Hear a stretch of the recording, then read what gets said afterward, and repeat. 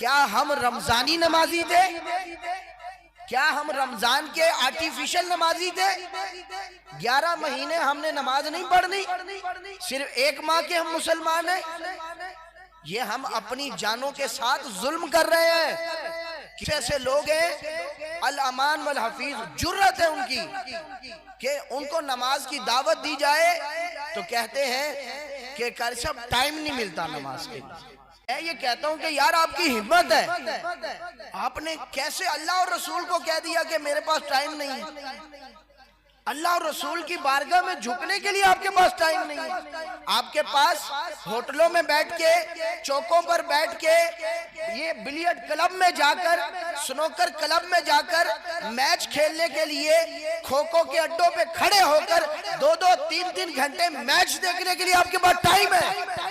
آپ کہتے ہیں کہ میرے پاس ٹائم نہیں ہے تو اللہ اور رسول کے لیے ٹائم نہیں ہے۔ الحمدللہ الحمدللہ رب العالمین والصلاة والسلام على سید الانبیاء والمرسلین، اما بعد فاعوذ باللہ من الشیطان الرجیم، بسم اللہ الرحمن الرحیم۔ قال اللہ تبارک و تعالی فی القرآن المجید والفرقان الحمید، فخلف من بعدهم خلف اضاعوا الصلاة واتبعوا الشہوات فسوف يلقون غیا۔ صدق اللہ العظیم وصدق رسولہ النبی الکریم الامین۔ قال اللہ تبارک و تعالی فی شان حبیبہ مخبرا و آمرا، ان اللہ وملائکتہ یصلون علی النبی یا ایہا الذین آمنوا صلوا علیہ وسلموا تسلیما۔ پڑھیے الصلاۃ والسلام علیک یا رسول اللہ وعلی آلک واصحابک یا حبیب اللہ۔ الصلاۃ والسلام علیک یا نبی اللہ وعلی آلک واصحابک یا نور اللہ۔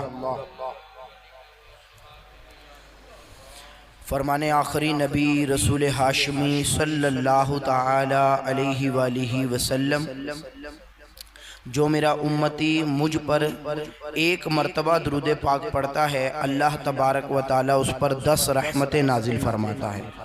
صلو علی الحبیب صلی اللہ تعالی علی محمد صلی اللہ تعالی علیہ وآلہ وسلم۔ اللہ پاک ہم سب کو پیارے آقا صلی اللہ تعالی علیہ وآلہ وسلم پر کثرت سے درود پاک پڑھنے کی توفیق عطا فرمائے۔ پیارے اسلام بھائیوں، درود پاک کی بے شمار فضیلتیں ہیں، بے شمار برکات ہیں۔ آئیے حصول برکت کے لیے مزید آپ کی طرف درود پاک کی فضیلت بڑھاتا ہوں۔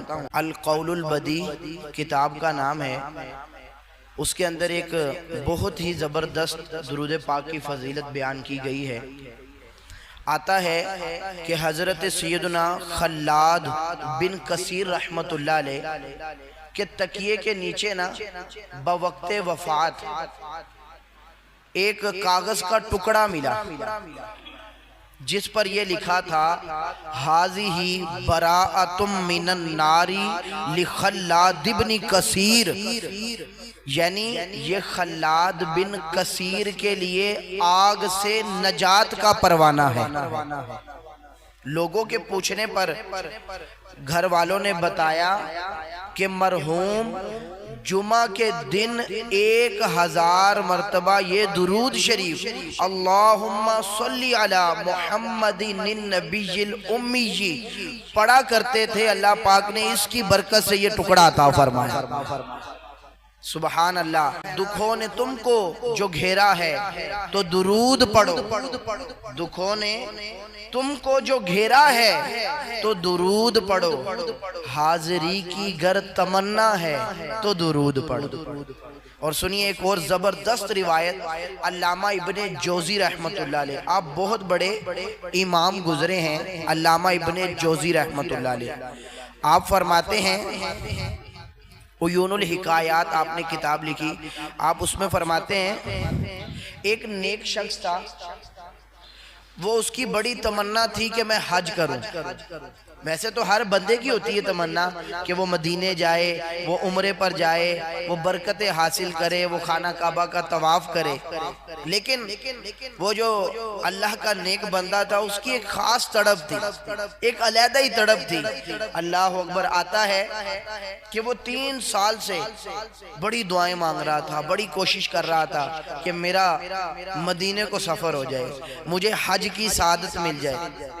کہتے ہیں لیکن بلاوا جب تک نہیں آئے تب تک بندہ جا نہیں سکتا، آتے ہیں وہی جن کو سرکار بلاتے ہیں۔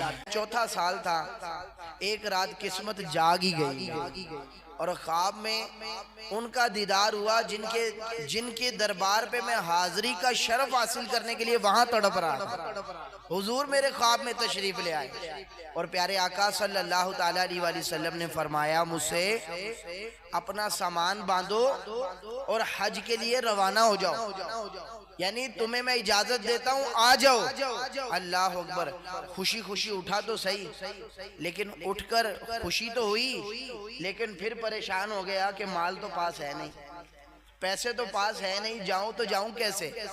کہتے ہیں اسی کشمکش میں اگلا دن جو تھا وہ بھی گزر گیا، اب رات آگئی۔ کہتے ہیں رات سویا، پھر حضور خواب میں تشریف لے آئے۔ یار یہ مزہ نہیں ہے، مال ہے نہیں، پاس کچھ بھی نہیں ہے، حضور کرم فرماتے جا رہے ہیں، حضور نوازتے جا رہے ہیں۔ دوسری رات ہے، حضور پھر خواب میں تشریف لے آئے، سبحان اللہ، اور حضور نے فرمایا کہ اپنی تیاری پکڑو اور حج کے لیے آ جاؤ۔ کہتے پھر ہمت نہیں ہوئی حضور سے کہنے کی، اب یہ بھی ایک بہانہ ہے نا حضور کے دیدار کا۔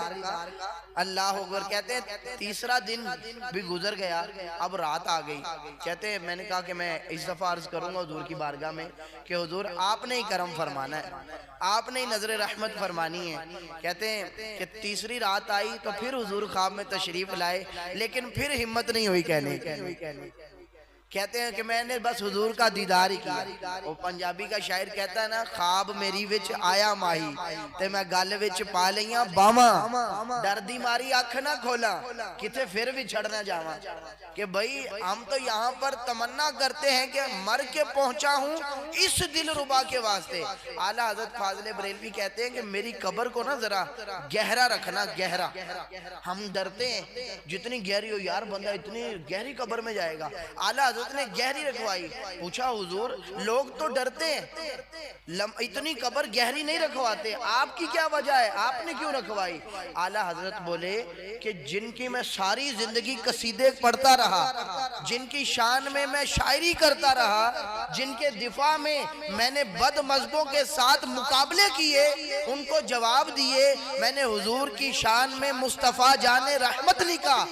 اور جب حضور قبر میں میرے پاس جب تشریف لائیں گے، حضور کی جلوہ فرما ہوں گے، تو کیا میں لیٹا رہوں گا؟ نہیں، ادھر بھی ادب کے ساتھ کھڑے ہو کر مصطفیٰ جان رحمت پڑھوں گا، یعنی ادھر بھی میں کھڑا ہو کر حضور کا استقبال کروں گا۔ اللہ اکبر۔ تو ہمارے اسلاف، ہمارے بزرگان دین تو کہتے تھے مر کے پہنچا ہوں اس دل ربا کے واسطے۔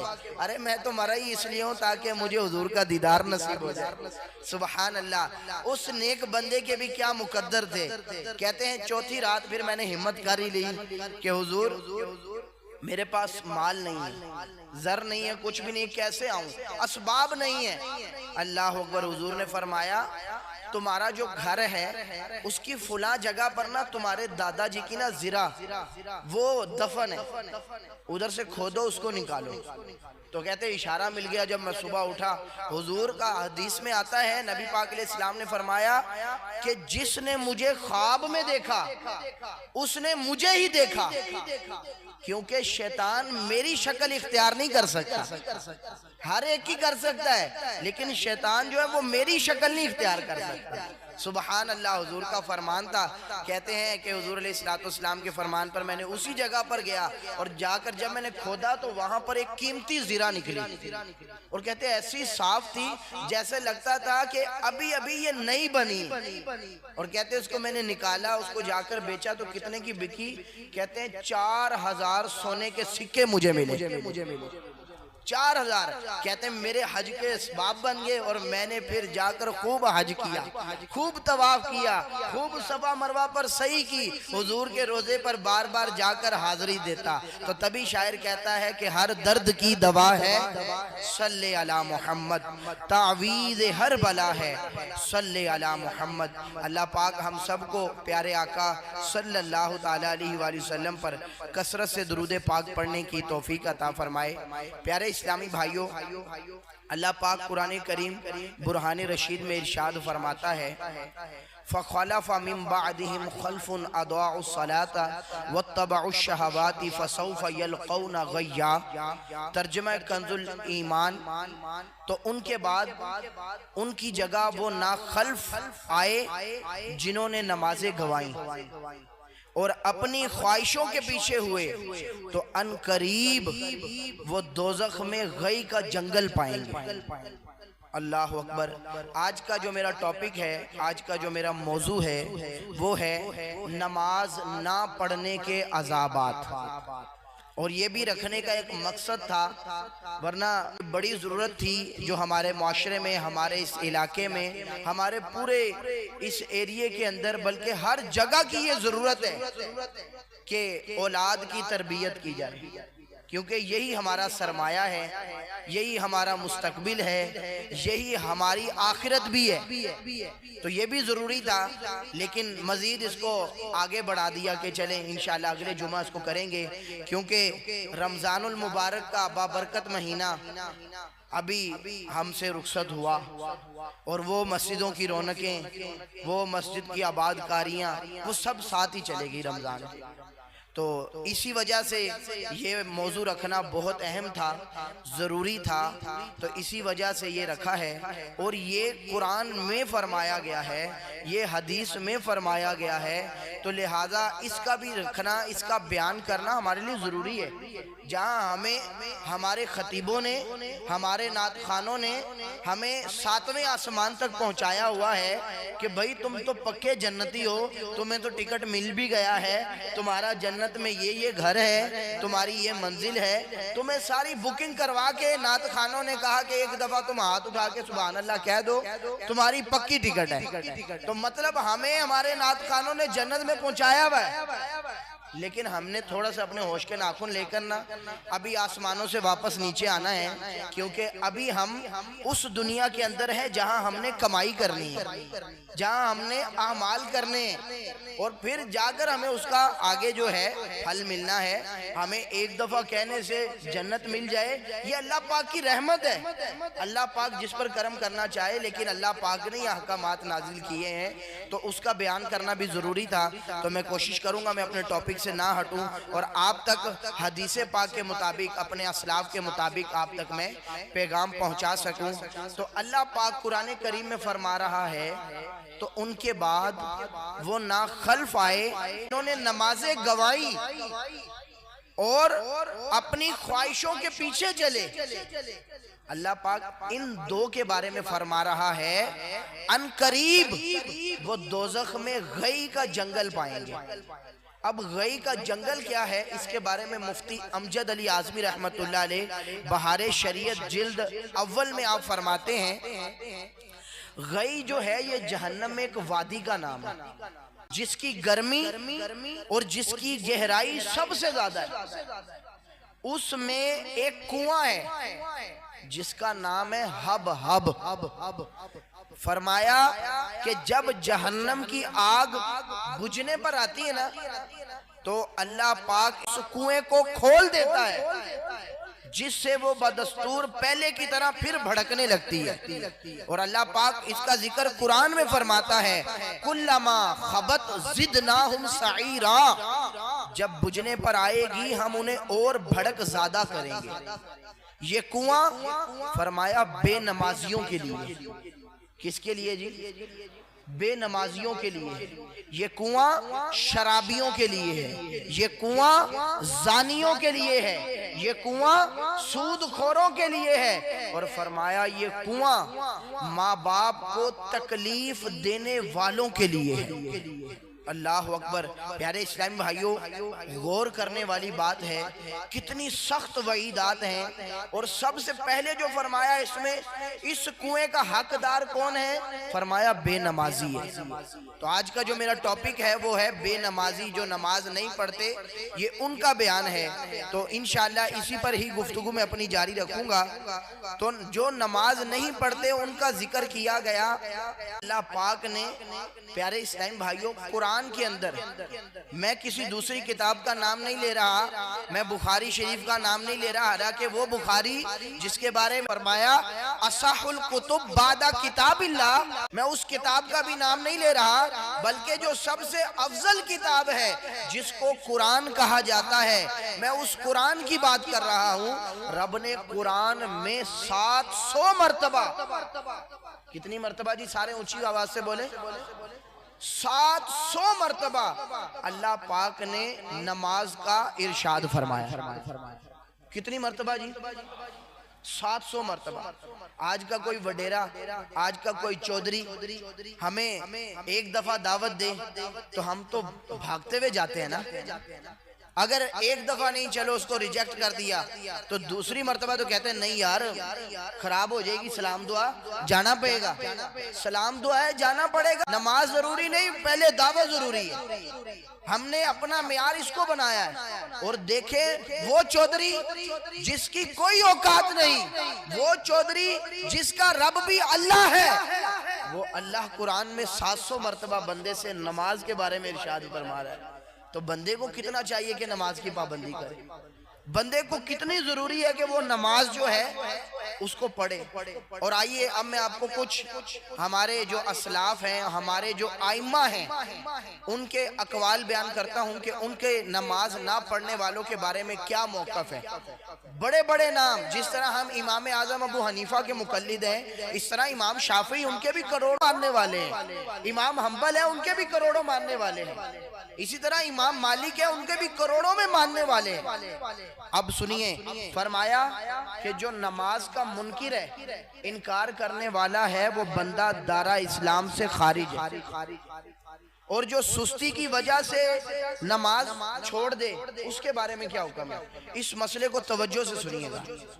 اب ہم جو مقلد ہیں، ہم پاک و ہند کے اندر امام اعظم ابو حنیفہ رحمت اللہ علیہ، ہم ان کے قول پر عمل کرتے ہیں، ان کی فقہ پر عمل کرتے ہیں۔ اب مسئلہ یہ ہے، جو نماز کا سرے سے انکار کرے وہ تو کافر ہے، سیدھی بات ہے، ایسی ہے جی۔ جو نماز کو نہ مانے وہ بندہ دارہ اسلام سے خارج ہے۔ اب ایک وہ بندہ ہے جو نماز سستی میں چھوڑ رہا ہے، اب اس کے بارے میں علماء کا، ائمہ کا کیا موقف ہے؟ سنیے۔ امام اسحاق اور امام احمد بن حنبل، امام احمد بن حنبل وہ ہیں جن کے کروڑوں چاہنے والے ہیں، کروڑوں جو ہیں ان کی پیروی کرنے والے ہیں، ان کے طریقے کے مطابق نماز پڑھتے ہیں۔ امام احمد بن حنبل اور امام اسحاق جو ہیں وہ فرماتے ہیں جو بندہ سستی کی وجہ سے نماز چھوڑے نا، وہ بندہ واجب القتل ہے، اس بندے کو قتل کر دو۔ ایسا شخص جو ہے وہ کافر ہے، جو نماز سستی کی وجہ سے چھوڑتا ہے وہ کافر ہے۔ کیا فرماتے ہیں؟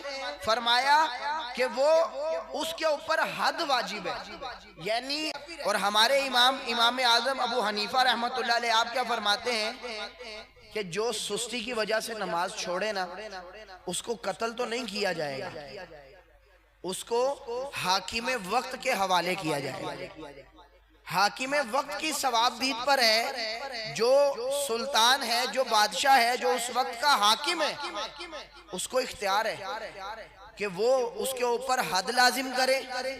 اور فرمایا کہ اگر وہ پھر بھی نماز نہ پڑھے، پھر بھی وہ نماز چھوڑے، کہا کہ اس کو جیل میں ڈال دو، جب تک اس کی عقل ٹھکانے نہیں آتی اس کو جیل میں ڈال کے۔ اور صحابہ کرام علیہ رضوان وہ ہستیاں جنہوں نے حضور کا دیدار کیا، وہ صحابہ کرام کیا فرماتے ہیں؟ صحابہ فرماتے ہیں کہ ہم اپنے زمانے کے اندر نا کافروں اور مسلمانوں میں فرق ہی نماز کا ہوتا تھا۔ کس چیز کا فرق ہوتا تھا جی؟ نماز کا فرق ہوتا تھا۔ کہتے جو نماز پڑھتا تھا ہم اس کو مسلمان سمجھتے تھے، جو نماز نہیں پڑھتا تھا ہم اس کو کافر سمجھتے تھے کہ یہ بندے کافر ہیں. اتنی اہمیت نماز کی. اور ساتھ ہی ساتھ فرمایا، اور یہ یاد رکھیے گا، یہ تو تھا ایک مختلف فی مسئلہ، اختلافی مسئلہ کہ یہ امام کے نزدیک واجب القتل ہے، یہ امام کے نزدیک اس کو حد جاری کی جائے گی، اس کو جیل میں بند کیا جائے گا. لیکن اس معاملے میں ساروں کا اتفاق ہے. وہ معاملہ کیا ہے؟ سارے متفق ہیں اس فیصلے پر کہ جو نماز کو ہلکا جان کر چھوڑے کہ ٹھیک ہے ایڈی بھی کوئی ضروری نہیں، اتنی کون سی اہم ہے، ہلکا جان کے چھوڑے، فرمایا وہ بندہ دارہ اسلام سے خارج ہے، وہ بندہ کافر ہے جو نماز کو ہلکا جان کر چھوڑتا ہے.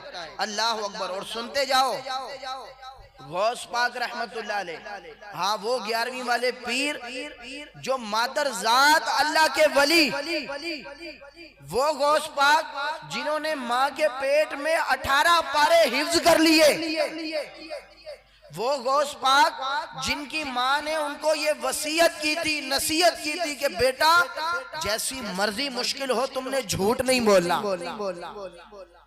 وہ غوث پاک رحمت اللہ علیہ جو عشاء کے وضو سے فجر کی نماز پڑھا کرتے تھے، وہ غوث پاک جو ایک رات کے اندر 1000 نوافل پڑھا کرتے تھے، وہ غوث پاک رحمت اللہ علیہ جو ایک رات کے اندر مکمل قرآن پڑھ لیا کرتے تھے.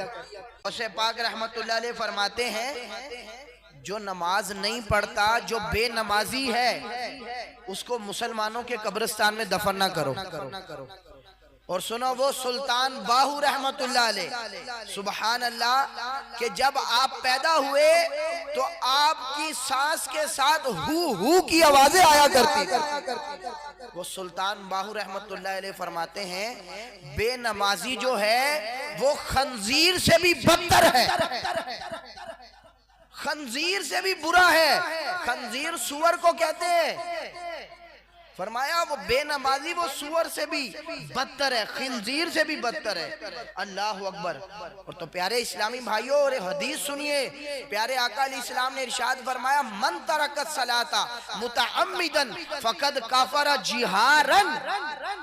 حضور فرماتے ہیں کہ جس نے جان بوجھ کر نماز چھوڑی گویا اس نے کفر کیا، گویا اس نے کفر کیا.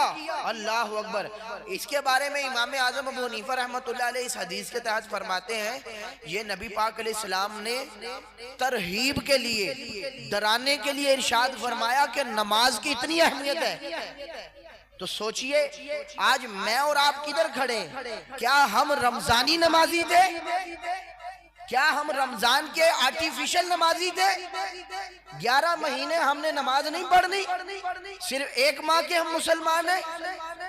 یہ ہم اپنی جانوں کے ساتھ ظلم کر رہے ہیں، کسی کے ساتھ نہیں، اپنے اوپر ظلم کر رہے ہیں کہ یہ ہم کچھ چند ٹکوں کی خاطر، چند مال کی خاطر، کہ جب تم جاؤ گے تو تمہاری کفن میں جیب بھی نہیں ہوگی اور تم 1 روپیہ بھی نہیں لے کر جا سکتے.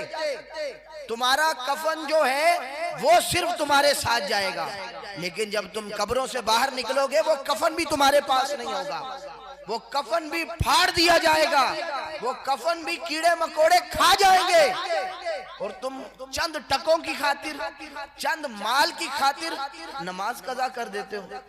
اور ایسے ایسے لوگ ہیں الامان والحفیظ، جرت ہے ان کی کہ ان کو نماز کی دعوت دی جائے تو کہتے ہیں کہ صاحب ٹائم نہیں ملتا نماز کے لیے. میں یہ کہتا ہوں کہ یار آپ کی ہمت ہے، آپ نے کیسے اللہ اور رسول کو کہہ دیا کہ میرے پاس ٹائم نہیں ہے؟ اللہ اور رسول کی بارگاہ میں جھکنے کے لیے آپ کے پاس ٹائم نہیں ہے. آپ کے پاس ہوٹلوں میں بیٹھ کے، چوکوں پر بیٹھ کے، یہ بلیئرڈ کلب میں جا کر، سنوکر کلب میں جا کر میچ کھیلنے کے لیے کھوکھو کے اڈوں پہ کھڑے ہو کر 2-2 3-3 گھنٹے میچ دیکھنے کے لیے آپ کے پاس ٹائم ہے. آپ کہتے ہیں کہ میرے پاس ٹائم نہیں ہے تو اللہ اور رسول کے لیے ٹائم نہیں ہے. کتنی افسوس کی بات ہے، کتنی جرت سے بندہ کہہ دیتا ہے کہ صرف ٹائم نہیں ملتا، کام پر ہوتا ہوں. وہ حضرت یہ آپ کے ساتھ مال کا وعدہ، رزق کا وعدہ رب نے کیا ہے. جب بندہ پیدا ہوتا ہے، جب بندہ بھی ماں کے پیٹ میں ہی ہوتا ہے، اللہ پاک فرشتے کے ذریعے اس کا رزق مقرر کر دیتا ہے۔ آپ کس کے پیچھے بھاگ رہے ہیں؟ کدھر لگے اپنا وقت ضائع کر رہے ہیں؟ تو پیارے اسلامی بھائیوں، ایسا نہ کریں۔ اور سنیے، حضرت ابوبکر صدیق رضی اللہ تعالیٰ عنہ کا زمانہ ہے۔ کن کا زمانہ؟ وہ صدیق اکبر جن کے بارے میں نبی پاک صلی اللہ تعالیٰ علیہ وسلم نے فرمایا کہ صدیق جو ہیں وہ جنتی ہے، وہ صدیق جو غار یار ہے۔ حضرت ابوبکر صدیق کا زمانہ، ایک جنازہ آ گیا، صحابہ کرام علیہ مردوان کھڑے ہیں۔ اب جنازے کے لیے ایک آگے ہوئے صحابی نماز پڑھانے کے لیے کیا دیکھتے ہیں کہ جو جنازہ ہے اس کا کفن ہل رہا ہے، کفن ہل رہا ہے۔ لوگ حیران ہو گئے، یہ کفن ہل کیوں رہا ہے؟ کہتے جب کفن کھول کر دیکھا تو اس کے اندر ایک بہت بڑا کالا سانپ اس مردے کے ساتھ لپٹا ہوا۔ اللہ اکبر، لوگ گھبرا گئے۔ صحابہ نے کہا لاؤ ڈنڈے لے کر آؤ، اس سانپ کو مارتے ہیں، اس کو بھگاتے ہیں۔ جب ڈنڈے لے کر آئے، مارنے لگے، اللہ پاک نے اس سانپ کو بولنے کی طاقت عطا فرمائی۔ وہ سانپ کہنے لگا تم مجھ پر جتنی مرضی کوشش کر لو لیکن میں اس کو چھوڑوں گا نہیں، میں اس کے ساتھ لپٹا رہوں گا، میں اس کے ساتھ قبر میں جاؤں گا۔ اللہ اکبر، صحابہ کرام علیہ مردوان پریشان ہو گئے۔ صحابہ کرام علیہ مردوان نے کہا چل تجھے اللہ پاک نے بولنے کی قدرت عطا فرمائی دی ہے تو بتا اس کا جرم کیا تھا۔ اللہ اکبر، یہ میں اور آپ ہم اپنے اپنے گروبان میں جھانک کر دیکھیں کہ کیا یہ جرم ہم تو نہیں کرتے۔ فرمایا خطایاہو ثلاث، وہ سانپ کہنے لگا اس کے 3 جرم تھے۔ کتنے جرم تھے جی؟ 3 جرم تھے۔ پہلا اس کا جرم یہ تھا اذا سمع لہو اذان لا یجیع جماعت۔ فرمایا کہ جب اذان کی آواز ہوتی تھی تو یہ جماعت کے لیے حاضر نہیں ہوتا تھا۔ میں اس وجہ سے اس پر مسلط کیا گیا ہوں۔ اور آج ہم چوکوں پر اپنا وقت برباد کر دیتے ہیں، برے اڈوں پر اپنا وقت برباد کر دیتے ہیں، چند ٹکوں کی خاطر، چند مال کی خاطر کہ گاہک آ رہا ہے، کسٹمر آ رہا ہے، میں اس کو ڈیل کر لیتا ہوں، اس کے بعد نماز پڑھ لوں گا۔ پھر نماز کا وقت جاتا رہتا ہے تو بڑا ڈھیلا منہ کر کے کہہ دیتا ہے کہ چلو میں کل پڑھ لوں گا، چلو اگلے جمعے سے شروع کر دوں گا۔ فرمایا اذا سمع لہو اذان لا یجیع جماعت، فرمایا جب اذان ہوتی تھی تو یہ جماعت کے لیے حاضر نہیں ہوتا تھا۔ آج میں اور آپ غور کریں، ہم کہاں ہیں؟ کیا ہم نماز پڑھ رہے ہیں؟ اب اس بندے کے تو عیب کھل گئے اور یہ شکر کرو ابھی تک ہمارے عیب نہیں کھلے۔ اور سنیں اس کا دوسرا جرم کیا تھا؟ فرمایا لا یخرج الزکاۃ، فرمایا من مالہ، اس کو اللہ پاک نے بڑی دولت دی، بڑی نعمتیں دی، سب کچھ آیا، لیکن فرمایا اس نے اپنے مال سے زکوٰۃ نہیں نکالی۔ تو آج اپنے پیسوں پر اترانے والوں، زکوٰۃ نہ دینے والوں، اپنی فکر کرو کہ کس طرح اپنے رب کو حساب دو گے۔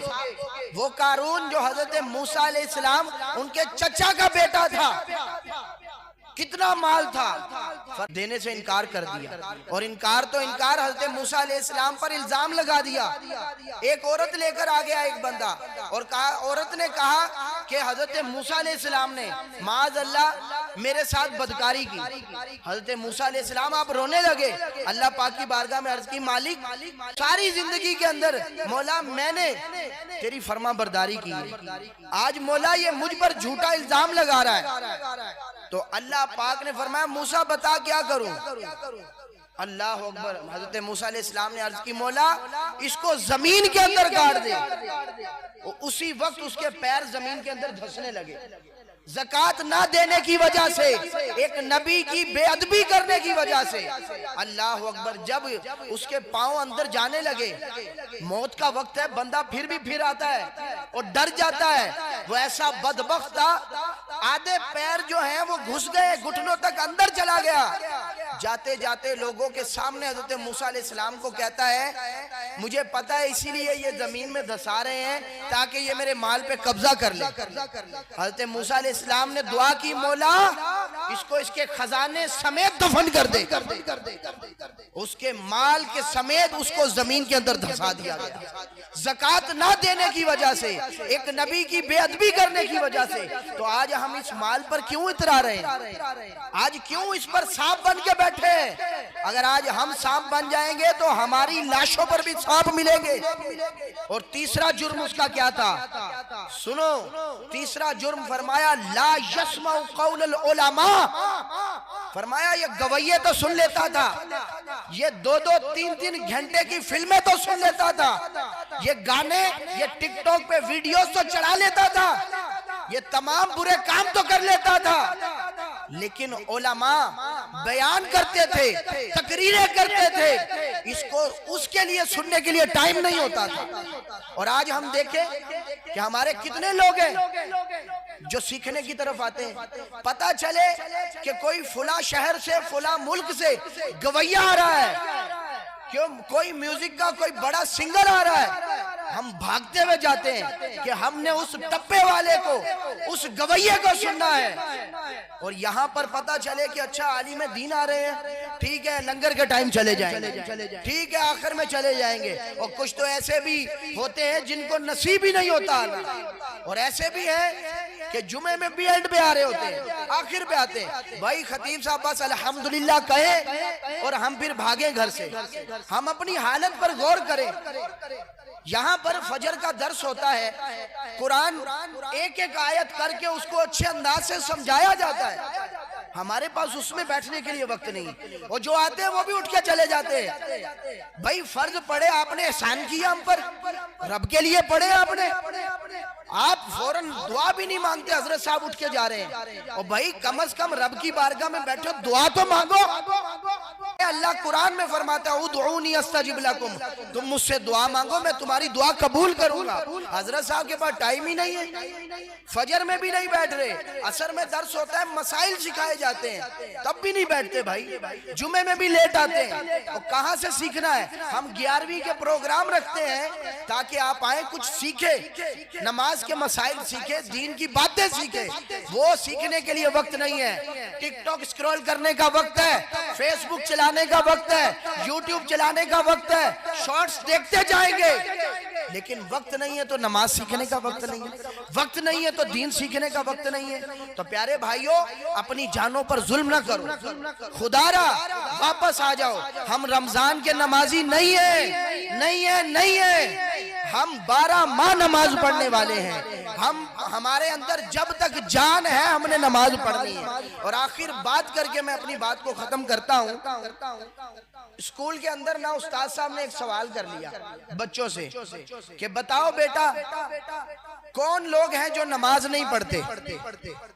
استاد نے اسکول کے بچوں سے سوال کیا، بچوں نے ہاتھ کھڑا کیا، 3 بچے تھے، ان کے استاد صاحب ہم بتائیں گے، تو ایک ایک کر کے کہا پہلے تم بتانا، دوسرے نمبر پہ تم بتانا، تیسرے نمبر پر تم بتانا۔ پہلے سے پوچھا جی بتاؤ بیٹا کون لوگ ہیں جو نماز نہیں پڑھتے؟ اس نے کہا وہ، تینوں نے سچ جواب دیے۔ پہلا کہنے لگا وہ بندے جن کو نماز پڑھنی نہیں آتی۔ بات سچ تھی کہ نہیں؟ کہ جن کو نماز پڑھنی نہیں آتی وہ نماز نہیں پڑھتے۔ دوسرے بچے سے پوچھا جی آپ بتاؤ کون لوگ ہیں جو نماز نہیں پڑھتے؟ اللہ اکبر، یہ آپ کے اور میرے لیے اس بچے کا سمجھے زوردار چماٹا ہے ہمارے منہ پر۔ وہ بچہ کہنے لگا کہ جو زندہ ہوتے ہیں وہ نماز پڑھتے ہیں، جو مردہ ہوتے ہیں وہ نماز نہیں پڑھتے۔ اور آج میں اور آپ دیکھیں ہم زندوں والے کام کر رہے ہیں، مردوں والے کام کر رہے ہیں۔ اور تیسرے بچے سے جب پوچھا جی بیٹا آپ بتاؤ کون لوگ ہیں جو نماز نہیں پڑھتے؟ وہ بچہ کہنے لگا استاد صاحب کافر جو ہوتا ہے وہ نماز نہیں پڑھتا، مومن مسلمان جو ہوتے ہیں وہ نماز پڑھتے ہیں۔ آج میں اور آپ غور کریں کہ ہم کن میں شامل ہیں؟ ہم کہیں جن کو نماز نہیں آتی ان میں شامل تو نہیں، ہم مردوں میں شامل تو نہیں، ہم کہیں اللہ معاف کرے معاذ اللہ کہیں کافروں میں شامل تو نہیں ہو گئے؟ حدیث میں آیا نا کہ صبح کو مسلمان ہوگا شام کو کافر، شام کو مسلمان ہوگا صبح کو کافر ہوگا. یہ دور آ چکا ہے. آج صرف موبائل اٹھایا تھوڑا سا دیکھے اپنا ایمان پھیر لیتے ہیں، ایتھیسٹ ہو جاتے ہیں، دوسروں کو سننے والے بن جاتے ہیں. ہمارے ایمان کی کیفیت تو یہ بنی ہوئی ہے. خدارا واپس آئیں. ہم وہ مسلمان ہیں، ہم پر روزانہ کی 5 نمازیں فرض ہیں. یہ نہیں اتوار آیا تو نمازوں کی چھٹی، اور یہ بھی نہیں کہ فجر پڑھ لی تو 4 نمازوں کی چھٹی، اور یہ بھی نہیں کہ ہم نے 4 پڑھ لی عشاء کی چھٹی. ہم 4 وقت کے نمازی ہیں، کوئی 3 وقت کا نمازی ہے. ان کو نمازی نہیں بے نمازی کہا جاتا ہے. نمازی وہ ہے جو 5 وقت کی نماز پڑھتا ہے. تو پیارے بھائیوں، ہم غور کریں. رمضان المبارک کی آمد تھی، ہماری مسجد آباد تھی، اور جیسے ہی چاند رات گزری اور صبح فجر کا وقت آیا، اور میں نے جمعے میں کہا تھا رمضان کے ہم نے ٹیسٹ کرنا ہے کہ ہم فجر میں پہنچے کہ نہیں پہنچے. آج میں اور آپ ہم اپنے آپ کو جواب دیں کہ ہم نے کیا عید کی جو فجر تھی وہ پڑھی؟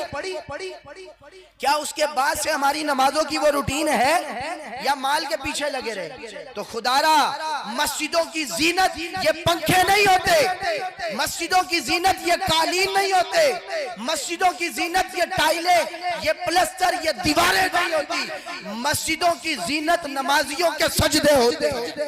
مسجدوں کی زینت جو ہے وہ نمازیوں کے رکوع ہوتے ہیں، قیام ہوتا ہے، اسی طرح قادہ اخیرہ ہوتا ہے.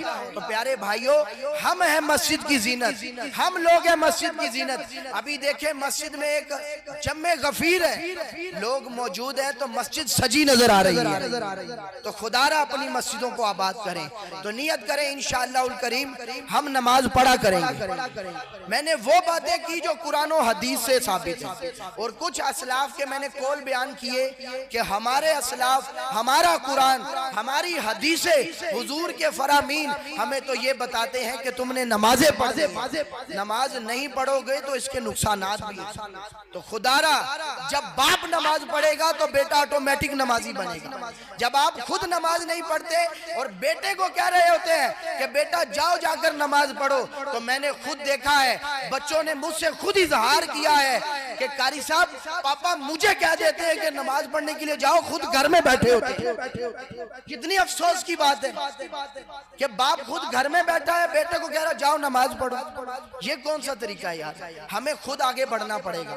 ہم بچے کے لیے رول ماڈل ہیں، اور یہ یاد رکھیے گا 3 سال سے لے کر 9 سال تک کی عمر میں بچے کے لیے جو رول ماڈل ہے وہ صرف اس کا باپ ہوتا ہے، صرف اس کا باپ. وہ باپ کی ایکٹیویٹی دیکھتا ہے، یہ کر کیا رہا ہے، یہ مال کی طرف لگا ہے، یہ گھر میں بیٹھ کے صرف موبائل چلا رہا ہے، ماں ٹی وی دیکھ رہی ہے، ہوش ہی کوئی نہیں. تو بچہ سمجھ جاتا ہے ٹھیک ہے نماز کی اہمیت نہیں ہے، ٹی وی دیکھنے کی ہاں اہمیت ہے تو موبائل چلانے کی ہے. تو خدارا اپنے بچوں کی بھی حفاظت کرے، خود اپنی بھی حفاظت کریں، نمازوں کی حفاظت کریں. اسی میں ہی سارا کچھ ہے، اسی کی ہی ساری برکتیں ہیں. اور اگر آپ چاہتے ہیں کہ آپ کے بچے نمازی بن جائیں تو خدارا اپنے بچے دعوت اسلامی کے حوالے کر دیں. جامعۃ المدینہ کے داخلے کھلے ہیں، عالم بنا رہے ہیں، حفظ کے داخلے کھلے ہیں. آپ چاہتے ہیں کہ آپ کا بچہ نیک بن جائے تو کم از کم ایک ذہین بچہ اپنے گھر کا، وہ نہیں جس کو کچھ نہیں آتا، جس کو اردو بھی نہیں بولنی آتی، جس کو یاد ہی کچھ نہیں ہوتا، وہ مدرسے کے بعد ٹھیک ہے کار صاحب کچھ بھی نہیں کرتا نو مدرسے پالو. اور خدارا ایسا بچہ دیں جو آپ کا ذہین بچہ ہے، جو لائق بچہ ہے، اسکول کے اندر ٹاپ کرتا ہے نا، وہ دیں تاکہ یہ ایک اچھا عالم دین بنے، اچھا مفتی بنے، یہ امت کی خدمت کرے، یہ معاشرے کی خدمت کرے، یہ آپ کے علاقے میں ایک اچھا دین کا کام کرنے والا بنے. تو نیت کرتے ہیں انشاءاللہ کم از کم اپنا ایک بچہ ہم انشاءاللہ درس نظامی کے لیے دیں گے. انشاءاللہ نیت کرتے ہیں سارے اپنے بچے کو حافظ قرآن بنائیں گے، اور کم از کم اپنے بچے کو نمازی تو بنائیں گے نا. اس کے لیے بھی آئیے دعوت اسلامی کے ماحول سے وابستہ ہوں انشاءاللہ الکریم. آپ کے لیے ہم گائے بگائے کوئی نہ کوئی کورس، کوئی نہ کوئی ہم محفل کسی نہ کسی ذریعے سے آپ کو بٹھاتے ہیں، لیکن کاش آپ بیٹھنے کے لیے ہمارے ساتھ تیار ہو جائیں. آپ بیٹھیں گے آپ کو سیکھنے کو ملے گا. وہ نمازی بیٹھتے ہیں جو اکثر آتے ہیں اور جن کو آتا بھی کچھ نہیں وہ پیچھے سے ہی بھاگ جاتے ہیں. ٹھیک ہے جی ایسی پیچھے ہی پڑی تھے پیچھے ہی گئے.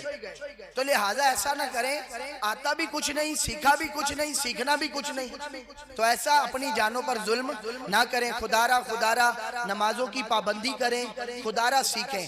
تو آج سے انشاءاللہ جمعہ، ہفتہ، اتوار، یہ 3 دن عشاء کی نماز کے فوراً بعد صرف 30 منٹ کی، زیادہ وقت بھی نہیں ہم لیتے، 30 منٹ آدھے گھنٹے میں آپ کو ہم اذان اور اقامت کورس کروائیں گے، جس کے اندر آپ کی اذان درست کروائی جائے گی، آپ کی اقامت درست کروائی جائے گی. اور بالخصوص ہمارے جو اذان دیتے ہیں وہ تو آئیں گے ہی آئیں گے، لیکن آپ سب نمازیوں کو بھی دعوت ہے.